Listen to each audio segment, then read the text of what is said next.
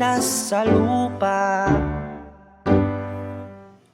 Merong mahigit 3,000 uri ng mga ahas buong mundo.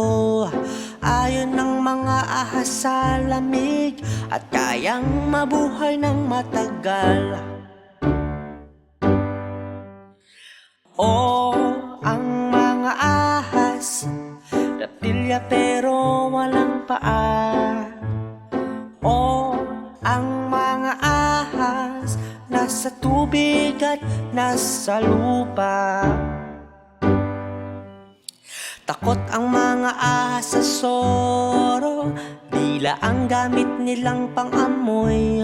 Wala silang talukap ng mata at kaya nilang lumaki at humaba pa. O ang mga ahas, reptilya pero walang paa. O ang mga ahas, nasa tubig at nasa lupa.